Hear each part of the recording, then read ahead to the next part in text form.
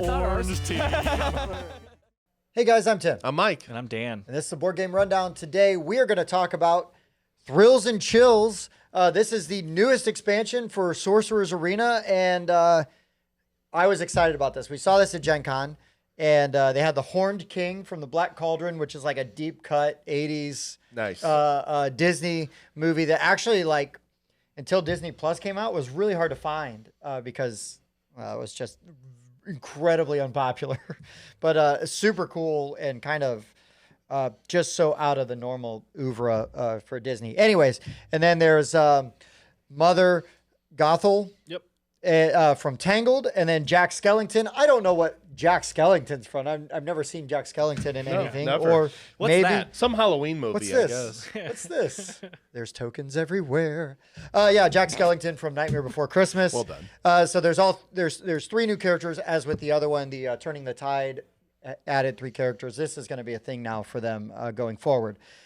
Personally, I am a fan of Sorcerer's Arena. I like it. I've really enjoyed all the expansion. The other expansion and the things that they have done with it so far. But I guess we'll just go through and talk a little bit about components first. What's in the box?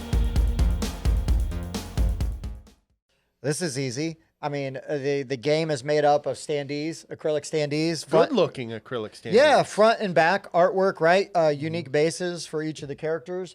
And this is more of the same, more of that. Yep. You guys are watching this review. You probably have the base game. It's all mostly the same. The last expansion added the water. This expansion, the main thing is it adds these guys. Yeah, these are like the main. So they're character tokens. It is starting to introduce character tokens, and there's also a new status effect, Afraid, which Jack Skellington walloped me with. Yeah, Some he had of a that. really impressive card that allowed him to deal 3 different status effects and 2 counters on each in one turn. It was which tough. was a nice little boom shot to Tim's chances of winning. It was tough. It was really tough.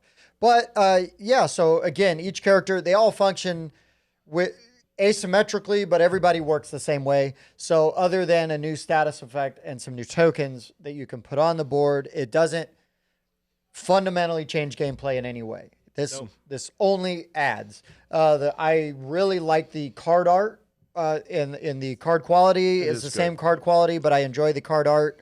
Normally the other cards, they almost look like screenshots like from the movie. They're really not, but it kind of looks like action shots from like the movies. With Nightmare Before Christmas, since that was like a stop motion thing, they just have like a cartoon style, but I think they all look really good. I agree, they do. I feel like it all fits. Yep. And it all looks good. They still haven't fixed the health trackers. Yeah, that's the I don't only. like them. I don't. That's all. I don't love them. It's a little clunky because you have to pop it up and then kind of slide it over, and it's just a lot of like picking up your guy, putting it down, getting it to snap in the right space. It's a little awkward. That's probably my biggest complaint about the whole game. Looks good though, which says a lot. Yeah. Normally we would go into final thoughts next, but during final thoughts we should probably just kind of go in depth on how our characters played, right? People are going to want to know the characters they're getting. Right. So right. that'll be more so than final thoughts. It might be a combination of those two. Yeah, it'll just I think that's a good way to put it.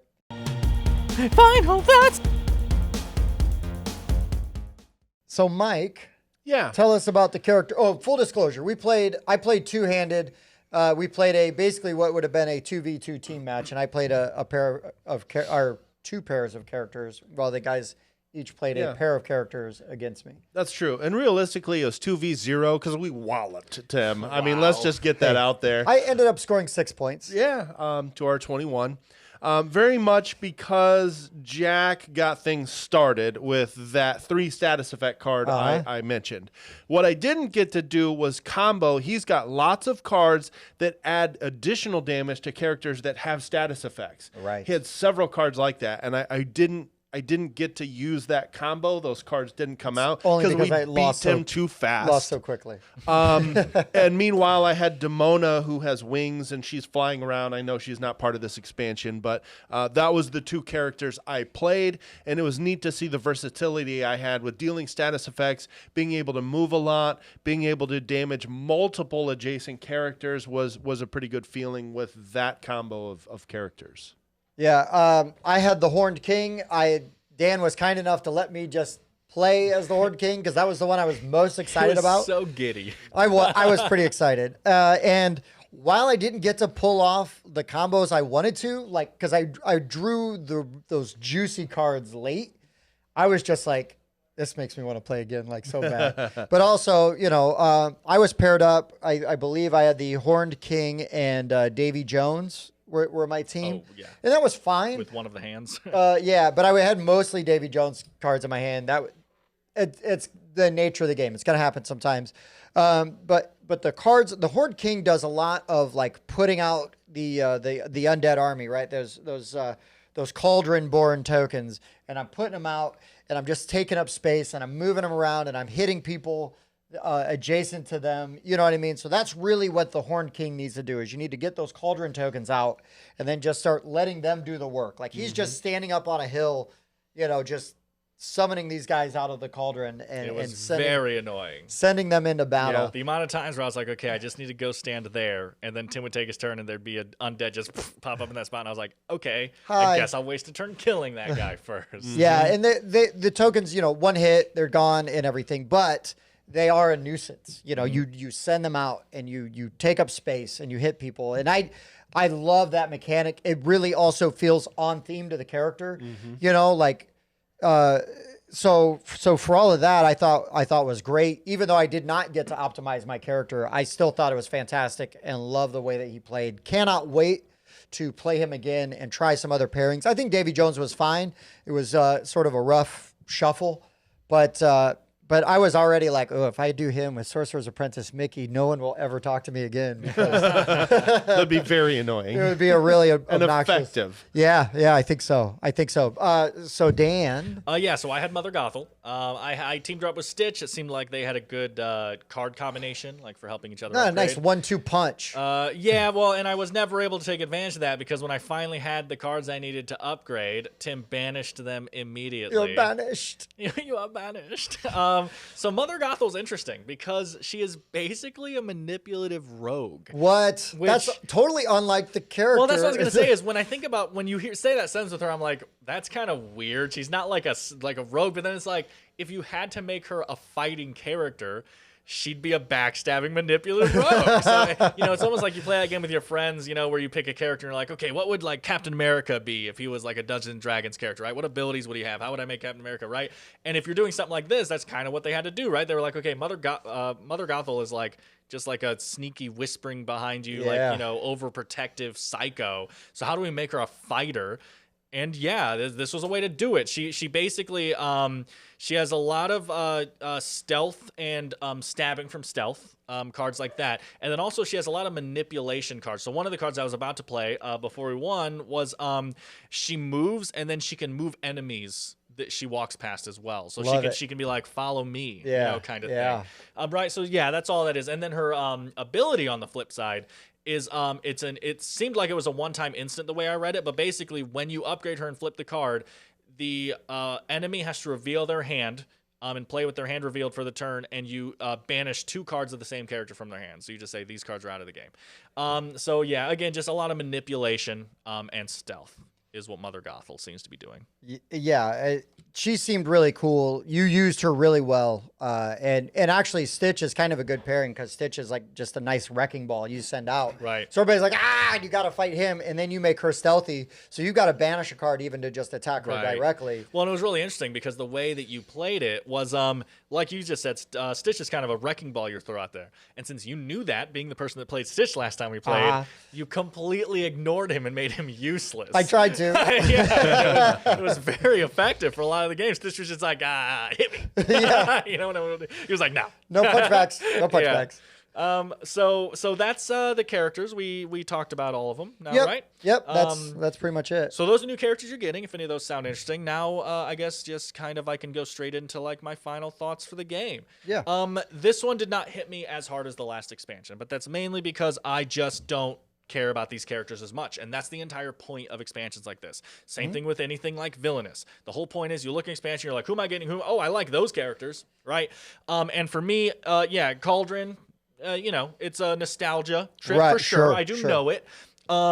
Gothel Tangled, don't really care. Has some good music in it, but don't really care. And I am one of the only people on the planet that doesn't give a crap about Nightmare Before Christmas. I've tried watching that movie a bunch. Like, I've probably watched it 3 or 4 times. I just don't get why it has such a cult following, but it's fine. So when I saw this set, I was like, oh, this doesn't really have the last one. I was like, oh, Davy Jones, like that's sick. How's he gonna play? And I felt more of that in the last set. And Moana introducing the water mechanic was really cool. And I didn't get that from this set personally, but that's the entire point, is you're supposed to take what we just said about how the characters play and what the game adds, and you're supposed to see if that interests you, not necessarily if it interests me. So I didn't dislike the expansion. It was fine. It was fun. It just didn't really hit me like the last one did. But yeah, I would be interested in trying out all these characters, though. I've seen Gothel now. I like the rogue stealth. I really want to see Horned King played more with his army summons. Yeah, I need to play him correctly. Yeah, that like just seems more really interesting. Yeah. But yeah, so anyway, if what we said or what I said interests you, then I would say check it out. These are pretty cheap expansions. But at the end of the day, you're gonna buy the expansion that has the characters you like in it. 100%. I mean, like Dice Throne, same thing. Right, You that's know, another you get those example. character packs, and you're like, yep. Even if you're only buying it for the one character, like you're buying it, and then you might end up actually liking some of the other characters. It's like Princess and the Frog, right? Like I'm aware, I've seen it and everything, but Dr. Facilier, like in this game, he's very he's interesting. Tough. Yeah. He's really tough, So you can definitely have like a passing interest initially in some of these characters, and then totally find out later on, like, oh yeah, like there's some good stuff. Mike, how's this one do for you? So I kind of agree with Dan's sentiments, where I wasn't jumping into this like, ooh, these are characters I'm super excited to try. I didn't really have any attachment to any of these characters. That being said, I like the style of Jack's play. I like how let's add all these status effects, and then when I can draw a card that gets bonus damage from status effects, I've got multiple different rivals I can choose to deal that bonus damage to. I didn't get that combo to happen, but I could see it, and I'd be excited to play again and make those combos happen. I also did really like those summons that you were able to play. That's kind of like the long game of slowing the game down a little bit, taking up space that your rivals want to get into. Like Dan said, it's that annoying character that is just taking up space and occupying, hexes that you want to get into. So I did like those additional mechanics added to the game. But again, just didn't have the attachment to the characters in this one. Yeah, no, I think for me, it's like Nightmare Before Christmas is fine. I like a lot. It's sort of like Tangled, like, some good songs, but I don't watch it every year. I mean, the characters are iconic, and that's great. But you mean those songs that Dan's been singing the whole time we've been playing? A little bit. What's this? But the Horned King, that was the one where it's like, oh, I'm getting this for that character. Yep. And I was really excited that not only was he in it, but he plays so cool, right? Has such a unique set of abilities and everything. And so the payoff was there too, right? There was the hype, and then it paid off for me. So I was into it. I was good to go. I was kind of like, this was sort of how Turning the Tides was for me. It's like, I like Stitch. I like Moana fine. Davy Jones, great. But like, whatever. Wasn't super excited about any one of those characters in particular. But this one had my character, like the character I wanted. Like, oh, great. Nice. But I think like we all agree, we all had a good time checking out the new characters, that we played. I think when we play again, obviously it'll be like, okay, well, you got to do Horned King last time, I want to try it. Or you got to do Jack last time, I want to try it. Right. And so again, this does lend itself to replayability, because now you want to see how the other combinations work when you're playing with your friends. I love the draft aspect of it too, because then it's like, oh, like, oh, if they don't take that one, I'm going to take this one, you know, and you're looking to see if you want to upgrade your cards. So you're looking to see what the other decks, you know, have and things like that. Well, and that's something we can point out. If you've seen our other reviews for the other expansion and the base game, we kind of talked about how we weren't really focusing on trying to build good character combinations. We just kind of wanted to play characters that we liked, and sometimes it worked, sometimes it was catastrophic. This time, we all kind of thought about it. Like, okay, this person has a bunch of yellow in their deck, and this other person needs yellow to upgrade. So let's do that. And I definitely felt the improvement. I mean, matching characters and actually being able to play cards from, I mean, Mike got 2 upgrades, right? Well, I got the 1 upgrade for Demona, which finished the game. It was but didn't you upgrade Jack Skellington earlier in the game? Because you said you were going to banish cards earlier, and I didn't know. I didn't upgrade Jack. I don't think he actually got around to it. I did not upgrade him, and like I said, I had the cards I needed to upgrade, but Tim was able to banish them before I did. But there were definitely more upgrades happening, or at least like they were very close to happening. They were very close to happening. And I could honestly, I could have upgraded super early in the game, but I wasn't playing the cards I needed to for the upgrades because I was playing cards I wanted to for their abilities, right? So that's the give and take with that. A couple things I wanted to say was, first of all, if you want an insanely entertaining game, I do suggest playing with Jack Skellington, Davy Jones, and Facilier, because every single one of our characters this whole game had like 3 stats. Oh my gosh, it was just insane, loaded. We were using money tokens as charges for the stats effects because we had so many stats effects going on. It was hilarious. It was so good. And then the other thing I was going to say was I hope they honestly, I haven't played personally every character, so you guys might have seen something like this, or it might even be in his deck because it would work. I hope they add a character who is all about buff, like playing close to teammates, to where it's like, oh, +1 damage for every adjacent ally. Oh, sure. Because then teaming him up with Horned King and just moving as like a unit with these skeletons with the army would be such a sick mechanic to have, like just this army of skeletons following you that buffs you because they're standing next to you. I think that'd be really cool. But anyway, those are the last 2 things I wanted to add in. No, so because this is an expansion, it's kind of awkward to just rate it with a number. So I think we'll just go around and maybe just say, do we recommend it or not? Okay. You know, and I would say, obviously, things to factor in with your recommendation, and I'll just go first just to get it rolling. Do you want any of these characters? Do these characters stand out to you? Obviously, if any of these characters stand out to you, like any of the other expansions, yes, you want it, because so far they have all played really well.